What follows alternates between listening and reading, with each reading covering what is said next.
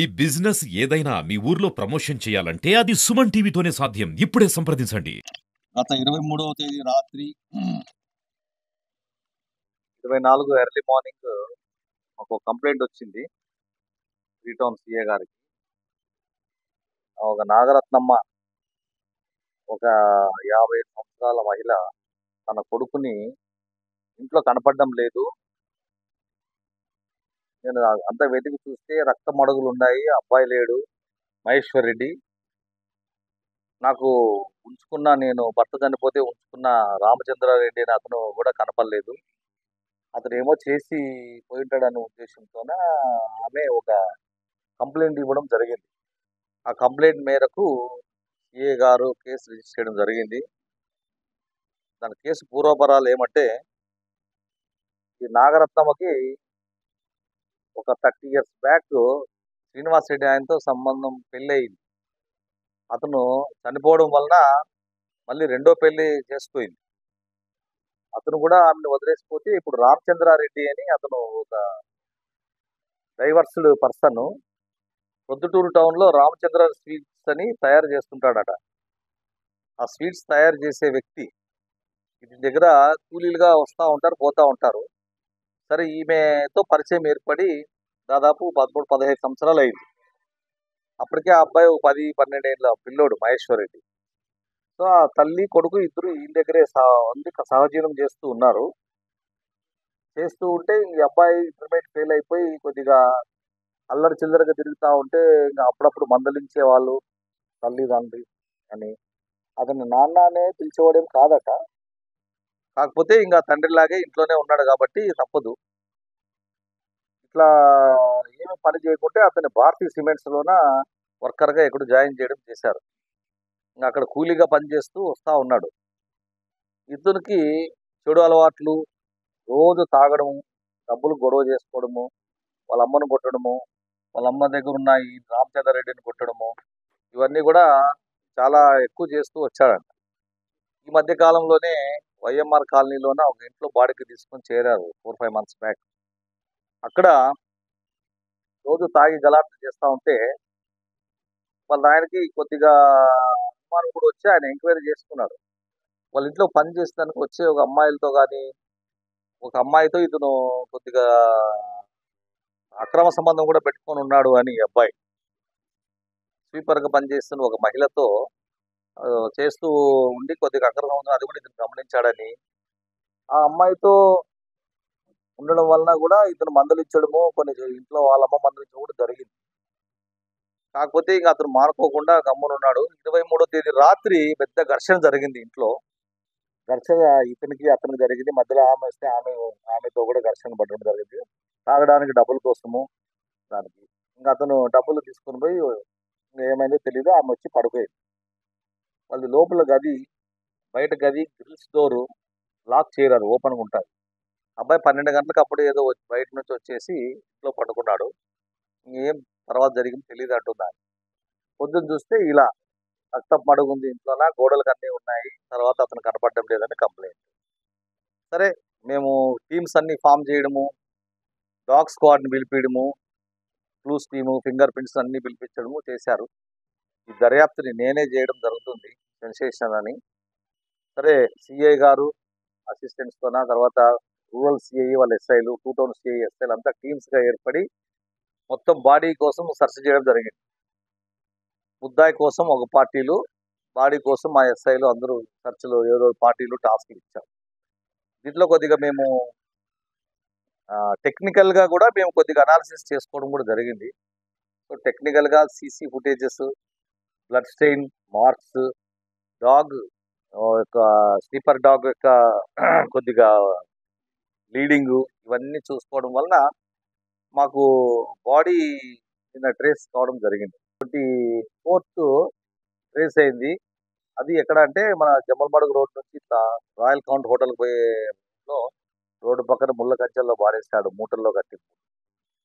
సరే, మేమంతా కూడా చూసి అది ఐడెంటిఫై చేసి ఇంకా ఇది ఇతని శరీరమే అని వాళ్ళ అమ్మతో గుర్తించడం జరిగింది. తీసుకొని ఇంకా పోస్ట్ మార్టం నిమిత్తము పంచనామా రాసుకొని నిన్న దాన్నంతా కూడా పోస్ట్ మార్టం కోసం పంపించడం జరిగింది. సో పోస్ట్ మార్టంలో డాక్టర్ గారు దాన్ని ముక్కలన్నిటిని 3 ముక్కలు చేశాడు. మొండెము, నడుము 2 చేస్తే 3 ముక్కలయింది. 3 ముక్కల్ని బలవంతంగా దూర్చి దాంట్లో బ్యాగులు వాళ్ళ ఇంట్లో లడ్లు తయారు చేసే బ్యాగ్‌లో పెట్టుకున్నాడు.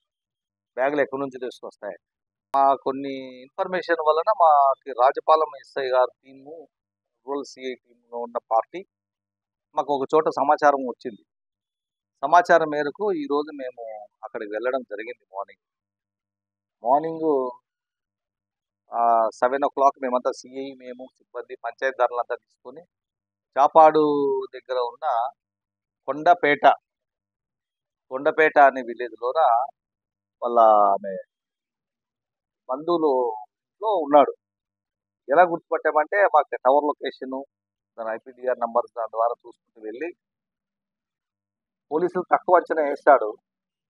సరే అని ఇంకా మా చాకచక్యంతోన మా యొక్క ఇన్ఫర్మేషన్ సిస్టమ్ వలన పట్టుకోవడం జరిగింది. ఫస్ట్ బండి చూసాము, హెల్మెట్ ఉంటుంది. అతను ఎప్పుడూ హెల్మెట్ పెట్టుకొని పోతుంటాడు. డౌట్ వచ్చింది. ఆ పరిసర ప్రాంతాల్లో కొత్త వ్యక్తిని ఎంక్వైరీ చేస్తే వాళ్ళ ఇంట్లో వాళ్ళ అన్న కూతురు ఒక ఆమె ఉంటే ఆమె ఇంట్లో ఉన్నాడు తెలిసింది. తర్వాత 4:00 నేను లేచి చూస్తే వీడు నన్ను ఏమో చేస్తున్నాడు.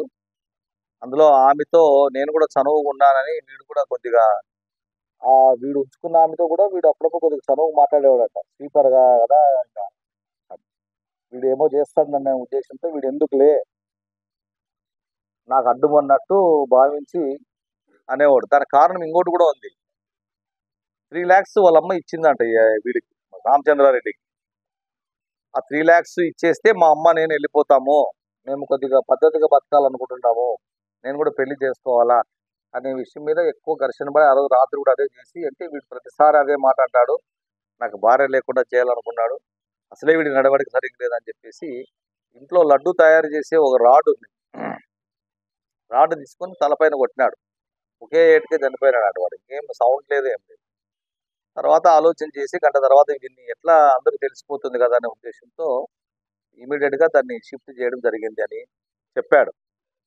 దాన్ని అక్కడ పాడేసి ఆ రోజు రాత్రి కాజీపేట దగ్గర చిన్నమ్మపల్లి అనే ఒక విలేజ్‌లో వాళ్ళ చిన్నమ్మ వరుస ఉంటే ఆ ఇంట్లో పోయి ఉన్నాడని ఆమె స్టేట్మెంట్ రికార్డ్ చేస్తే ఆమె చెప్పింది. ఎందుకో హడావుడిగా ఉన్నాడు, టెన్షన్‌గా ఉన్నాడు, చెప్పమంటే ఏం చెప్పడు అని చెప్పింది.